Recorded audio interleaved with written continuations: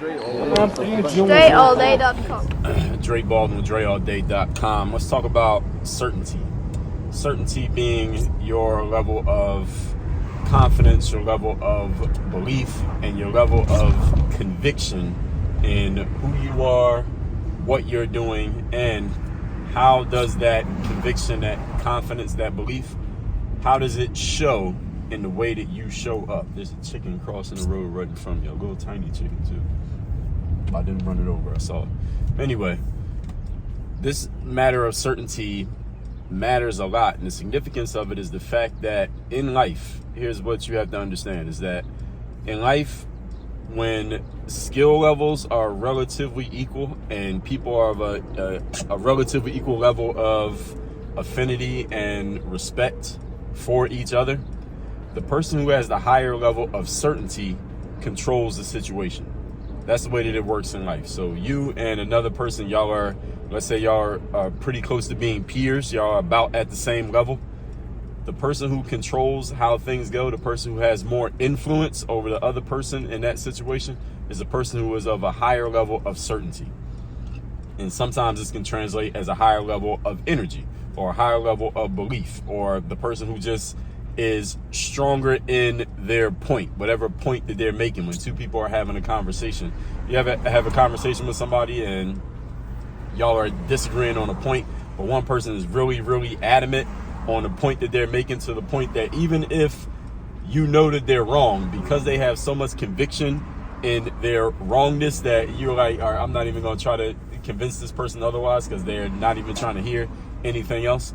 That's what a level of certainty and a level of conviction does for somebody in a conversation or any form of interaction.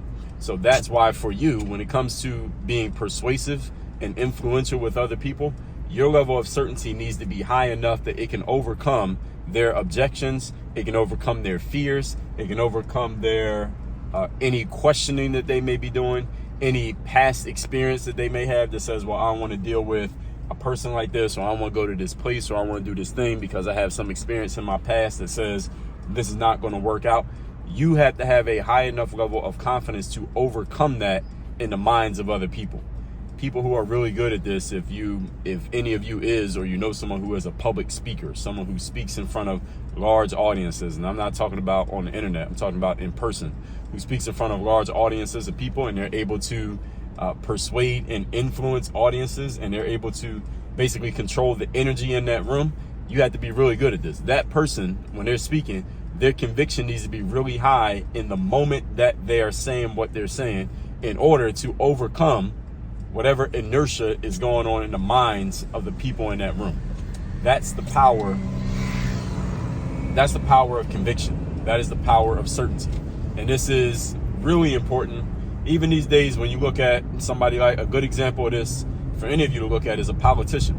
A lot of politicians these days, you have to be, any politician as a matter of fact, if you're going to win an election, a politician has to be really good at conveying certainty. They have to be really good at conveying conviction, really good at conveying that they believe what they're saying, even if what they're saying can be, in these days nowadays on online in the media, you have fact checking, right? So a politician will go out and they'll say a bunch of stuff, and then after they get done talking, the news outlet will come on and say, all right, let's fact check everything that got said. And it can be on both sides, right? So this person said these things, those are only half true, that's not true, that's false, that's true. And then the person on the other side, their opponent, they fact check them, and they said a whole bunch of stuff that's not even true, not even real, that's only half true, that part is true, all that stuff is false. And we all look at that afterwards and like, all right, this person's just telling a whole bunch of lies or saying a bunch of stuff that's only halfway true. And here's the thing that you have to understand. Here's the part.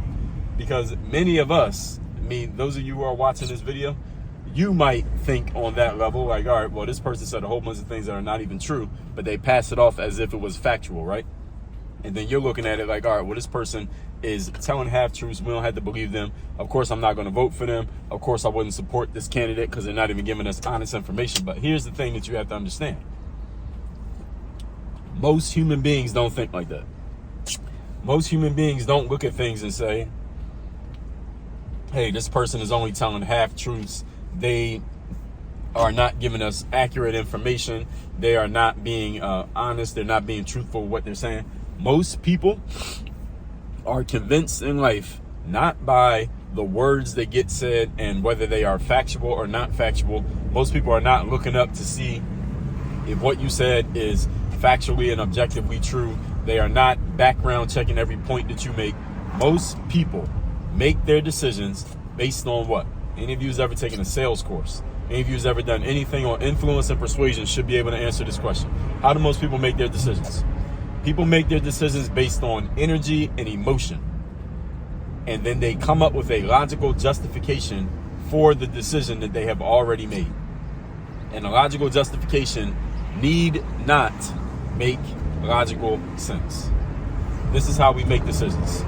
When we decide that we emotionally agree and directionally agree with what somebody is saying, we will come up with any logical justification that makes it seem all right in our own minds. And I want you to notice that key word, directionally, meaning what a person says doesn't have to be 100% true. As long as we agree with the direction that they're going, we will agree with them. They don't have to be 100% accurate in the thing that they're saying. We just had to agree with their point. To give you an example, one that all of you would get. When Donald Trump was running for president in 2016, even after he ran for president, he kept talking about build a wall, right? He kept saying we need to build a wall down at the southern border so that Mexico can't send drug dealers and rapists and these terrible people into United States of America. Everybody heard him say that, right? Now, was he actually going to build a wall that covers the entire southern border of the United States of America? It would probably cost too much money. It probably wasn't that feasible. Was it really that even necessary to even do? Probably not. Even if you agree with Donald Trump, even if you voted for Donald Trump, do we actually need a wall? Is that really the solution to the problem? Did we really need it? Is it that big of a problem that we needed the wall? Probably not. But here's the thing. The people who supported Trump and who repeated the point, build a wall. I like the idea of the wall. It wasn't the wall itself that people were buying into. What people were buying into was a directional idea of what he was saying. The directional idea was what? The directional idea was we need to secure our borders so that we don't get illegal immigrants coming into our country who may bring crime, who may be bringing a negative element, and will be taking jobs away from Americans who deserve them, because the Americans are the only ones who are legally allowed to work in this country. That was the directional point that he was making. It wasn't about the letter of what he was saying. It was the spirit of what he was saying.